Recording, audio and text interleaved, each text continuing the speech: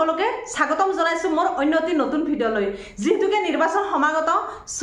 চাৰিওফালে নিৰ্বাচনী সভা চলি আছে আজি এখন বিশাল সভাত বিৰোধী ঐক্যৰ এখন বিশাল সভাত দেখিলো তিনি গগৈ লগ হৈছে আৰু প্ৰচাৰ চলাইছে আৰু তিনি গগৈৰ হয় অখিল গগৈ এটা তীব্ৰ হুংকাৰ দিলে হিমন্ত বিশ্ব শৰ্মাক মুখ্যমন্ত্ৰীক তীব্ৰ হুংকাৰ দিলে অখিল গগৈ আৰু তিনি গগৈ লগ হৈ কি কৰিব 2026 হিমন্ত বিশ্ব শৰ্মাক আৰু তিনি গগৈনো কি হ'ব কি কৰিব ভৱিষ্যতে গতিকেখিনি কথা ক'লে বৃহৎ তীব্ৰ হুংকাৰ আৰু বিস্ফোৰক মন্তব্য অখিল গগৈৰ আপোনালোকে শুনিলে ভাল পাব আৰু আচৰিত হ'ব এনেকুৱা এটা যি হুংকাৰ দিব পাৰে বা এনেকুৱা এটা বিস্ফোৰক মন্তব্য দিব পাৰে হিমন্ত বিশ্ব হয়তো আপোনালোকে কেতিয়াও ভবা নাছিল বা ময়ো ভবা নাছিলোঁ কিন্তু এই সভাখন দেখিলে অখিল গগৈ যিটো হাৰত যিটো পৰিস্থিতিত যেনেকৈ ভাষণ দিছে এই সভাখনত যেনেকৈ নিৰ্বাচনী প্ৰচাৰ চলাইছে দেখিলে শুনিলে আপুনি আচৰিত হ'ব তিনি গগৈৰ কথানো কি ক'লে আৰু হিমন্ত বিশ্বক ব্ৰহ্মপুত্ৰত পেলাই দিয়া কথা কেনেকৈ ক'লে কি কৰিলে আপোনালোকে নিজে চাওক শুনিলে ভাল পাব তিনি গগৈ মানে অসমৰ সকলো জাতি আমাৰ অসমত থকা আহোম কোচ কলিতা ব্ৰাহ্মণ নগা সিংহ গোৰ্খা যিমান জাতি আছো ৰাভা বড়ো কছাৰী যিমান জাতি আছো সকলোকে আমি প্ৰতিনিধিত্ব কৰোঁ আমি বিজেপিৰ নিচিনাকৈ বৰ্ণবাদী সাম্প্ৰদায়িক ৰাজনীতিত বিশ্বাস নকৰোঁ আমি সকলোকে লগত লৈ ঐক্যবদ্ধভাৱে অসমখন নতুনকৈ কৰিব খোজোঁ আৰু হিমন্ত বিশ্ব শৰ্মাৰ ভেলকি বাজি আমি অসমৰ পৰা কঢ়িয়াই পেলাব খোজোঁ গতিকে যদি সঁচাকৈ আপোনালোকে মোক ভাল পায় মই হাতযোৰ কৰি অনুৰোধ কৰিছোঁ আপোনালোকে লুৰিণটো দিবলৈ ভোট দিয়া যদি মোৰ প্ৰতি সামান্যতম আপোনালোকৰ ভাল ভাৱ আছে মই প্ৰত্যেকটো জাতিৰ মানুহক অনুৰোধ কৰিছোঁ আপোনালোকে লুৰিণজ্যোতি গগৈক ভোট দিয়ক লুৰিণজ্যোতি গগৈয়ে লোকসভাত বাঘৰ দৰে গৰজি উঠিব আজি গৌৰৱ গগৈ যেনেকৈ অমিত শ্বাহ আৰু নৰেন্দ্ৰ মোদীৰ সন্মুখত বাঘৰ দৰে গৰজি উঠিছে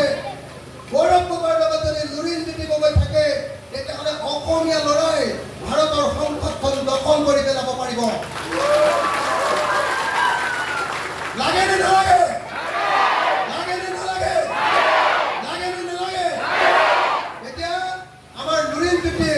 আৰু গৌৰৱ গগৈ লোকসভাত তপ্তপাই নৰেন্দ্ৰ মোদীক ক'ব পাৰিব যদি নৰেন্দ্ৰ মোদীৰ চৰকাৰ আহে তেতিয়াহ'লে তপ্তপাই নৰেন্দ্ৰ মোদীৰ বুকু কঁপাই দিব পাৰিব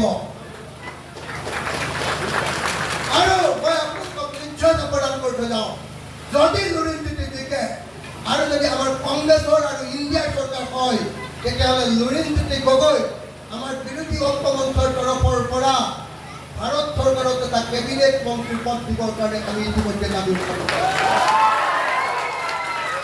আমি লুৰিণজ্যোতি গগৈ ভাৰতৰ কেন্দ্ৰীয় মন্ত্ৰী হিচাপে চাব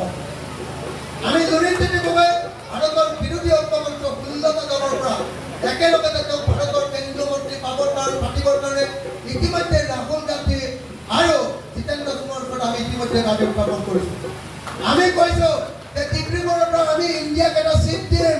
লুৰিণজ্যোতি গগৈক জিকাই দিম আৰু ইণ্ডিয়াই আমাক এটা কেবিনেট মন্ত্ৰীৰ পদ দিব লাগে নে নাই সঁচাকৈ আপোনালোকে লুৰিণজ্যোতিক জিকাব নে নিজিকায় সঁচাকৈ জিকাব নে নিজিকায় সঁচাকৈ জিকাবনে সঁচাকৈ জিকাবনে ভোট দিব কাক ভোট দিব কাক ভোট দিব কি চিনত ভোট দিব কি চিনত ভোট দিব কি চিনত জিত দিব কি চিনত ভোট দিব কি চিনত লুৰিণজ্যোতিৰ বিপৰীতে যিজন মানুহ উঠিছে তেওঁ হ'ল নিমাতী কন্যা হয়নে নহয় সৰ্বানন্দ সোণোৱালে আপোনালোকে নিজে চাওক সৰ্বানন্দ সোণোৱালে এইবাৰ যেতিয়া কৰিলে নাগৰিকত্ব সংশোধনী বিধেয়ক আনিলে সংশোধনী আইন পাছ কৰিলে গোটেই অসমীয়া জাতিয়ে যেতিয়া ক'লে যে আমাক বিজেপি নালাগে সেই সময়ত সৰ্বানন্দ সোণোৱালে দিল্লীৰ ওচৰত চাৰেণ্ডাৰ কৰি দিলে তেওঁ অসমীয়া জাতিৰ বিৰুদ্ধে গ'ল নে নাই গ'ল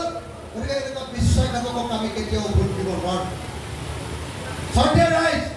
সৰ্বানন্দ সোণোৱাল এনেকুৱা চাৰেণ্ডাৰ কৰা মানুহ নহয় সৰ্বানন্দ সোণোৱালক আমি এইবাৰ মুখ্যমন্ত্ৰী কৰিবৰ কাৰণে 26ত ভোট দিছিলোঁ সৰ্বানন্দ সোণোৱাল জিকিলে কিন্তু সৰ্বানন্দ সোণোৱালক লাট মাৰি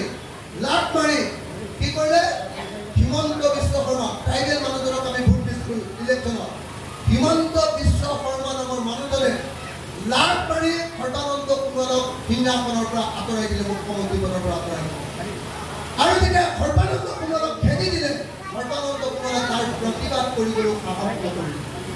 যেনেকৈ কাৰ হতে তেওঁ প্ৰতিবাদ কৰিব নোৱাৰিলে তেওঁ গাদীৰ পৰা খেদি দিওঁতে তেওঁ প্ৰতিবাদ কৰিব নোৱাৰিলে বৰং উল্টাই সৰ্বানন্দ সোণোৱালে ক'লে হিমন্ত তুমি বৰ ধুনীয়া লাভ কৰিছা দেই বৰ ভাল লাগিছে মুখ্যমন্ত্ৰীৰ পৰা খেদি দিছে এটাও কথা ক'ব নোৱাৰিলে সদায় হিমন্তক তেল মাৰি আছে কৈছে যে হিমন্ত তুমি বৰ ধুনীয়া লাভ মাৰা দেই মোক এটাই লাভ মাৰিলা আৰু তিনিটা মাৰি দিয়া না এই কথা সৰ্বানন্দ সোণোৱাল চেলেঞ্জাৰ কৰা হয় তেওঁ গোটেই জীৱনো যদি আপুনি ভৰ্তি থাকে আমাৰ কাৰণে কোনো ভাল কাম তেওঁ কৰিবলৈ সক্ষম নহয় কোনো কামেই তেওঁ কেন্দ্ৰীয় মন্ত্ৰী হ'ল তেওঁ মুখ্যমন্ত্ৰী হ'ল আপোনালোকৰ ডিব্ৰুগড় লোকসভা সমষ্টিৰ কাৰণে কিবা কাম কৰিলে নেকি কিবা কাম কৰিলে নেকি তেওঁ জীৱনত সদায় কৈ আহিছিলে যে নামৰূপ সাৰ কাৰখানাৰ চতুৰ্থটো গোট তৈয়াৰ কৰিম তেওঁ নামৰূপ সাৰ কাৰখানাৰ চতুৰ্থ গোট তৈয়াৰ কৰিব পাৰিলে নে নাই এটা কামো সৰ্বানন্দ সোণোৱালে কৰিব পৰা নাই আৰু নকৰে মানুহটোৱে কেৱল নিজৰ স্বাৰ্থত ইফালৰ পৰা সিফালে দৌৰি থাকে ইফালৰ পৰা সিফালে দৌৰি থাকে গতিকে তেওঁ ভোট দি কোনো লাভ নাই মই সকলোকে আকৌ সত্তৰ কৰি